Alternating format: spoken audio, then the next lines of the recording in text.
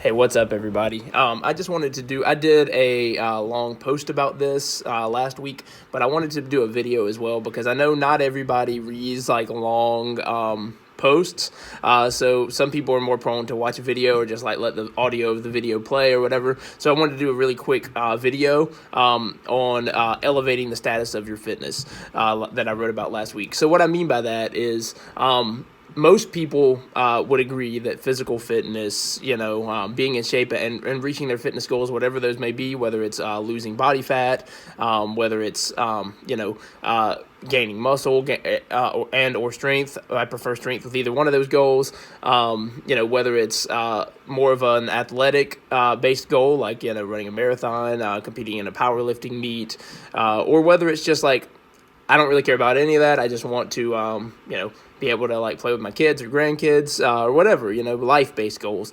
Whatever your goals are, I think everybody would agree that they're important. The thing is, there's kind of varying degrees of commitment. And again, everybody also knows that, but I want to kind of like help you kind of make a little shift in your mindset, hopefully here. So I want to contrast two different examples of two different people. The first example is going to be somebody who likes the idea of fitness. They see the importance of it, and they have legitimate reasons to do it, and they may have even found a plan that they like, that they want to stick to, but they haven't elevated its status to being a true priority in life. That'll be the first example, and the second example will be somebody who has done that, who has not only recognized all those things and come up with a plan, but also like elevated the status and made this a priority. Okay, so the first one is somebody who likes the idea of it, recognizes the importance, but has not elevated the status. So that might look something like this. Let's say Bill packs his workout gear, like his workout clothes in the morning and everything. He decides like, I'm going to go to the gym, and he goes to work. Right, so he gets to work, and the day, let's say it's a Monday, and the day just goes absolutely like to chaos. Things aren't going well, like computer systems crash, like customers or whatever he does, whoever he's dealing with are giving him a particularly hard time that day, whatever. Things are just a pain, he's having a rough day. So where he started up here as like planning to go to the gym, that has already started to wane some as his day gets worse and his stress level goes up, right? So like, let's say that happens. Throughout the day, as the day goes on, somebody like Bill, who has not elevated the status of the fitness to the higher priority in their life, they may get to a point where they're not necessarily looking for reasons not to go to the gym, although that may be the case. The gym's just one example here. This is just for the sake of illustration, but that may be the case, or it just may be that like when that distraction comes up, he's super relieved, and so he's like, oh, okay, gym's another day.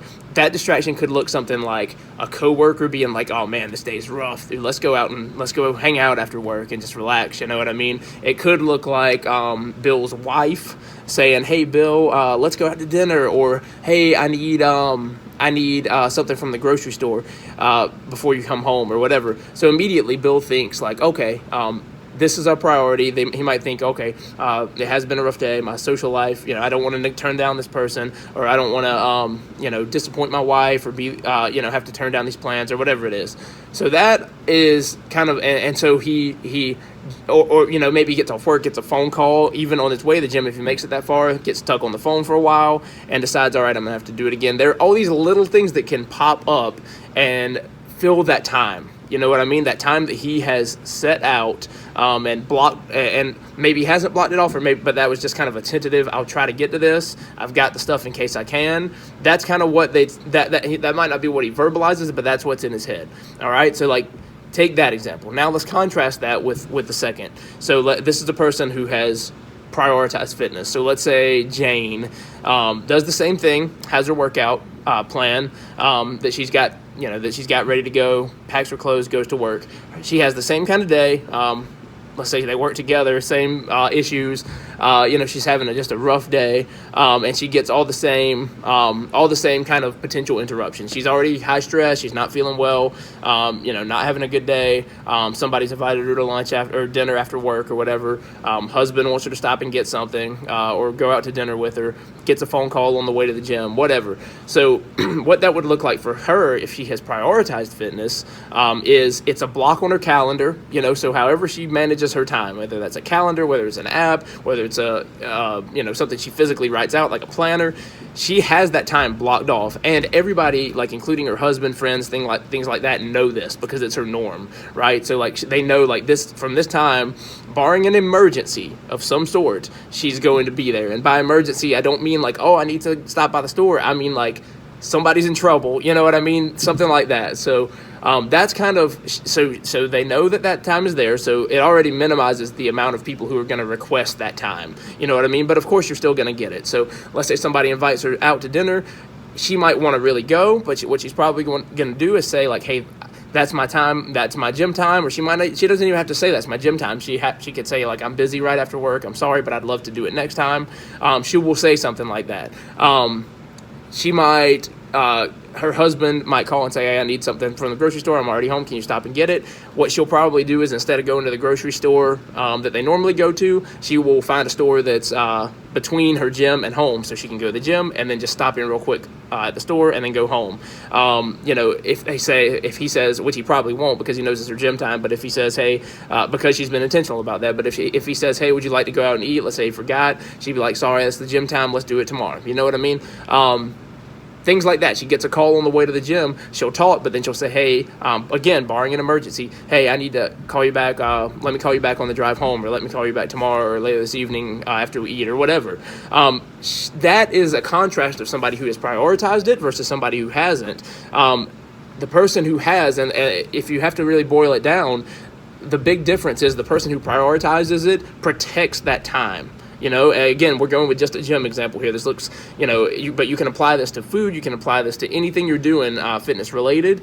If you are serious about it and you have elevated its status and it's a priority, a real priority in your life, it is on your calendar, that is protected time, and you treat it the same way that you treat, going to work. You go to work because you're not going to just like not show up to work if you don't feel like it, or if there's something else, potential conflict comes up. You're not going to just like not go to work because the stakes are high enough. You know what I mean? You want the money, you need the money, so you're going to go to work and earn the money. Same kind of deal. If somebody has you committed to go out with somebody, sure that's a little bit lower, but you're going to be willing to. Chances are, if you wake up, you make plans with somebody coming in from out of town or whatever in advance. Chances are that day comes, you don't feel well, you don't feel like doing anything, you're still probably going to honor that commitment because that person's now driving into town, whatever. You get what I mean? Like, this is a commitment. This is liking the idea of it and wanting to work it in if it's convenient. You know what I mean? So what I would say is if you're serious about your goals, if you really want to make progress, you need to elevate the status of fitness in your life. It needs to be a priority, and it needs to be protected time for workouts, if you're doing food prep or if you're doing whatever. You have to block it out. You have to protect it. Otherwise, something will take that away, and you'll never see the progress you want. So if you need help with this, I am a coach. I'm willing to, of course, talk about us if I would be a good fit, to coach you. We could have that conversation. Or if you just need somebody to help kind of point you in the right direction, let me know that as well. But I hope you found this helpful.